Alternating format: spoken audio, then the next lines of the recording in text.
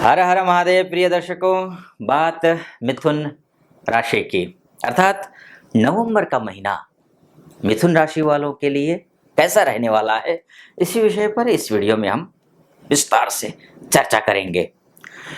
वो महीना जो सुख और समृद्धि और खुशियों से झोली भर देने वाला महीना, जैसे आपने थंबनेल में देखा होगा, वो महीना जिसका था आपको कई महीनों से इंतजार और कईयों को तो कई वर्षों से इंतजार था, उस महीने की चर्चा होगी इस वीडियो में। आप पूरा वीडियो सुनना। वीडियो अच्छा लगे तो चैनल को सब्सक्राइब कर देना। ये मेरा वैसे भी नया चैनल है, सब्सक्राइबर कम होंगे, आपकी सहयोग की अपेक्षा है। क्योंकि और मेरा वीडियो यूट्यूब चैनल है जिसमें मैं बहुत अच्छे वीडियोज बनाता हूँ, पुराना चैनल है। आप उस नीचे लिंक दिया होगा डिस्क्रिप्शन पर, आप उसको भी फॉलो कर सकते हैं। और ये नया चैनल है, सब्सक्राइब करना अनिवार्य है। वीडियो अच्छा लगा हो तो चैनल को सब्सक्राइब के साथ वीडियो को लाइक और कमेंट बॉक्स में जा करके हर हर महादेव पूरी श्रद्धा के साथ कर दीजिए, लिख दीजिएगा। फिर आप शुरू करते हैं मिथुन राशि का मासिक राशिफल। सबसे पहले तो देख लीजिए, मिथुन राशि आपके लिए वो महीना है, वाकई में आपका मान सम्मान, पद प्रतिष्ठा, पैसा, नौकरी, पिताजी के साथ में रिश्ते, व्यापार करते हो तो व्यापार के लिए, दाम्पत्य जीवन में कोई खटपटी चल रही हो तो उसके लिए भी, कोई कोर्ट कचहरी का मामला फंसा हुआ है उसके लिए भी, पैसे फंसे हुए हैं, मिल नहीं रहे हैं, पैसे की समस्या आ रही है, तब भी बिजनेस स्टार्ट करना चाह रहे हैं लेकिन बात बन नहीं रही है, तब भी, हर एक मामले के लिए ये महीना सर्वश्रेष्ठ महीना रहने वाला है। बशर्ते आपके लग्न कुंडली में, अर्थात लग्न कुंडली अर्थात जिससे date of birth, time of birth और प्लेस ऑफ बर्थ के हिसाब से जो आपकी कुंडली बनी होगी, उस कुंडली में आपका बृहस्पति का पोजीशन अच्छा हो, बृहस्पति की स्थिति अच्छी हो, वो कमजोर ना हो। अगर वो कमजोर होगा, मान के चलिए वो अस्त है, वो नीच ग्रह में जाकर के, नीच राशि में जाकर के बैठा हुआ है, और त्रिकेश है या फिर त्रिकस्थ है या फिर अशुभ ग्रह के द्वारा दृष्ट है, पाप राशि में बैठा हुआ है, षड्बल में कमजोर है, नवांश में कमजोर है, कोई भी कारण हो सकता है कमजोर होने का। उन सभी कारणों में से कोई कारण आपकी कुंडली में, आपके लग्न कुंडली में है, तो जो मैं फलादेश कर रहा हूं वो फलादेश आप पर पूर्णतः सटीक नहीं बैठेगा। कारण क्या है, ये जो कुंडली है ये मोटा मोटी तौर पर मिथुन राशि की कुंडली है, और एक सेकंड के अंतर से भी पूरी व्यक्ति की कुंडली बदल जाती है, एक सेकंड के अंदर से भी।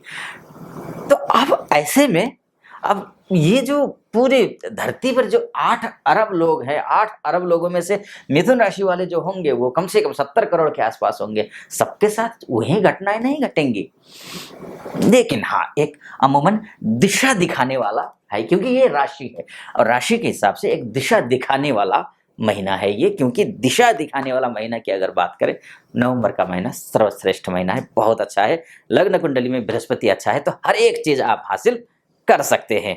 अगर आप डिटेल में चर्चा करना चाहते हैं कुंडली को लेकर के, अपनी कुंडली दिखाना चाहते हैं, डिटेल गहराई में जाकर के विचार विमर्श और परामर्श लेना चाहते हैं, तो आप नीचे नंबर दिया हुआ होगा, उस नंबर पे कॉल करके हमारे प्रतिनिधि से बात करके मुझसे आप कंसल्टेशन ले सकते हैं, अपॉइंटमेंट बुक कर लीजिए, कंसल्टेशन ले सकते हैं। या फिर आपके आसपास कोई योग्य ज्योतिष आचार्य होंगे, आप उनसे भी कंसल्टेशन ले सकते हैं। ज्योतिष में कहने का तात्पर्य यह है, आप अपनी कुंडली का विस्तार से एक बार डिटेल में जाकर चेक करवा लीजिए कि वहां पर गुरु की स्थिति क्या है, ये मेरा कहने का तात्पर्य है। अगर अच्छा है बृहस्पति, तो ये जो पोजीशन है ना आपका, और यहाँ से बृहस्पति राहु से मुक्त हो गया है, और नवंबर के महीने में 16 डिग्री से लेकर के ये 12 डिग्री के बीच में है। अब 16 से 12, बल्कि 12 से 16 होना चाहिए, है ना, लेकिन मैं 16 से 12 बोल रहा हूँ। मैं इसलिए बोल रहा हूँ क्योंकि गुरु वक्री है, और वक्री जो ग्रह होता है ना वो उल्टा चलता है, यानी कि डिग्रियों में उल्टा चलता है। वैसे ग्रह उल्टा नहीं हो जाता है, ठीक, डिग्रियों में वो उल्टा हो जाता है, मतलब ना पीछे चलता है। तो ऐसे में 16 अंश 35 कला से लेकर के 12 अंश 59 कला तक के बीच में रहेगा बृहस्पति, यानी कि आपका भाग्येश, आपका भाग्येश नहीं, आपका कर्मेश और आपका सप्तमेश, सब कुछ देने वाला। इसी से मान के चलिए, अगर ये चीज ठीक है ना, आपका आधा जीवन, आधा से भी ज्यादा जीवन सफल हो गया, ये मानकर चलिए। बृहस्पति अच्छा है तो आपकी कुंडली में, तो वो जो बृहस्पति है वो सुपर है इस महीने में। और राहु से भी अभी तक गुरु चांडाल योग बना हुआ था, वो भी गुरु चांडाल योग भी खत्म हो गया है।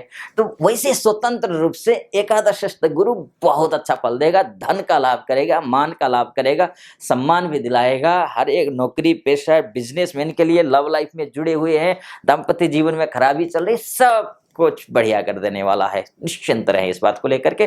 कुछ उपाय बताऊंगा, गुरु अगर कमजोर है तो वो आपको करना है। इसके साथ साथ अब बात आपकी कुंडली की भी बात कर लेते हैं। तो अब करना क्या है, देखिए, अब देखिए, आपका घर परिवार, घर लेने की सोच रहे हैं, भूमि लेने की सोच रहे हैं, या फिर इष्ट मित्र से सहयोग चाहिए, नाते रिश्तेदार से सहयोग चाहिए, गाड़ी भी लेने की सोच रहे हैं, नवरात्र निकल गए हैं, अब सोच रहे हैं कि नवरात्र दिवाली में ले लें, तो लेने के योग है या नहीं है? तो है, क्योंकि बुध जो है ना 19 अक्टूबर को तुला राशि में था, ठीक। अब 6 नवंबर को, अभी यह तुला राशि में आपको दिख रहा होगा बुध, ठीक, 6 नवंबर को जो है षष्ठस्थ हो जाएगा और 27 नवंबर को धनु राशि में आ जाएगा। यानी कि पूरा प्लानिंग कर लीजिए, जब तक धनु राशि बुध को जब तक जो है ये वृश्चिक राशि में है, षष्ठस्थ बुध है, तब तक षष्ठस्थ बुध को बहुत अच्छा नहीं माना गया है। वैसे भी वृश्चिक राशि में जो बुध होता है वो कमजोर होता है। गणेश जी की पूजा कर लीजिए, निश्चित रूप से अच्छा होगा। नवरात्रों में अगर आप ये वीडियो आप सुनने से पहले अगर नवरात्र आ रहे हैं तो नवरात्रों में, पूरे नवरात्रों में आप गणेश अथर्व शीर्ष का पाठ कर लो। अगर नवरात्र निकल गए हैं, नवंबर में ही देख रहे हो ये वीडियो, तो फिर जो है नवरात्र इसमें लक्ष्मी पूजा में लक्ष्मी जी की पूजा करो, लक्ष्मी गणेश की पूजा धूमधाम से करिए, बहुत अच्छा रिजल्ट आएगा।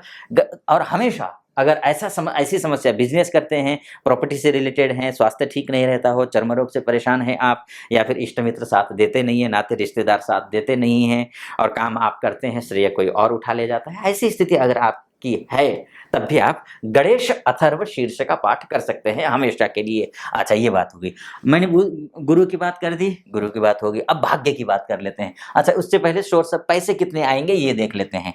पैसे की बात करें, पैसे आएंगे। पैसे क्यों आएंगे, क्यों आएंगे? क्योंकि बुध देखिए, मंगल देखिए, आपका सोर्स ऑफ इनकम का जो ग्रह है वो मंगल है।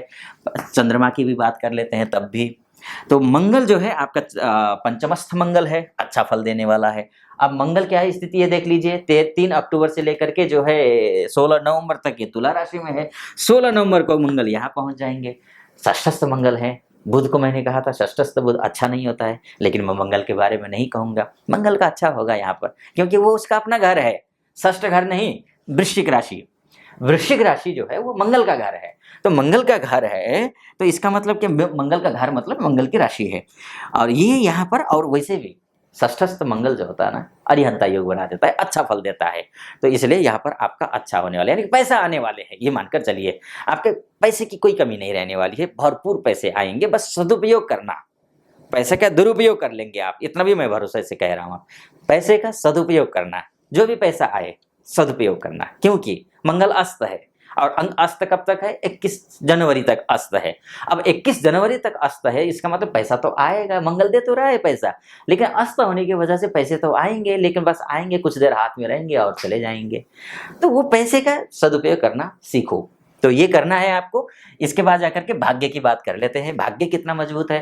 तो भाग्य तो मजबूत है ही, क्योंकि भाग्य इसलिए मजबूत है, और क्यों, अच्छा मैं इससे पहले ये भी बात कर लेता हूँ, लव लाइफ से जुड़े हुए हैं वो नाराज हो जाएंगे, नहीं तो जो प्रेम संबंध में जुड़े हुए हैं, जो शिक्षा, जो विद्यार्थी हैं, बहुत सारे विद्यार्थी कमेंट करते हैं कि सर हमारे बारे में बताइए, विद्यार्थियों के लिए भी, तो विद्यार्थियों के लिए भी बोल रहा हूँ, जो लव लाइफ में जुड़े हुए हैं उनके लिए, या फिर कोई संतान का प्लान कर रहे हैं उनके लिए भी, ये जो शुक्र है ना, ये 3 नवंबर से लेकर के 30 नवंबर के बीच में थोड़ा नीच का है, थोड़ा सा ध्यान रखना।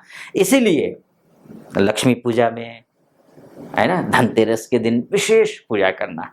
शुक्र जो होते हैं ना, वो माँ दुर्गा उनकी अधिदेवी होती हैं, अधिदेवता, तो शुक्र की पूजा करना। एक दूसरी बात, हर शुक्रवार को तुलसी का पौधा घर में है तो थोड़ा सा दूध डाल देना, चढ़ा देना, मतलब अर्पण करना है, चढ़ाना है, थोड़ा ज़्यादा नहीं, ज़्यादा चढ़ाएंगे दूध तो चींटियाँ आ जाएंगी। दूध चढ़ाना, फिर जल चढ़ाना और माँ भगवती का नाम लेना, एक ये करना। और शुक्रवार के दिन चीज़ें सफ़ेद वस्तु दान करो, सफ़ेद वस्तु खाओ, जैसे चीनी, चावल और दही, ये दान करो। और ये आप खा भी सकते हो, खूब खाओ।